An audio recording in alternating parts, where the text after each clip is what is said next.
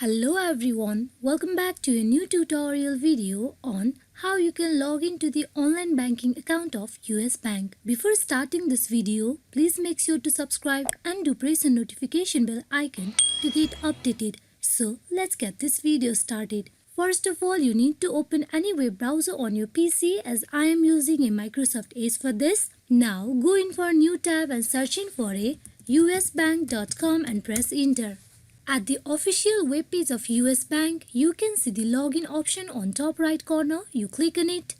At very first, you need to choose your account type. For that, you need to click on the drop-down menu and you can go in for choosing any of this account. As I am going with the online banking, now you need to provide the username. Now you go in for providing the password.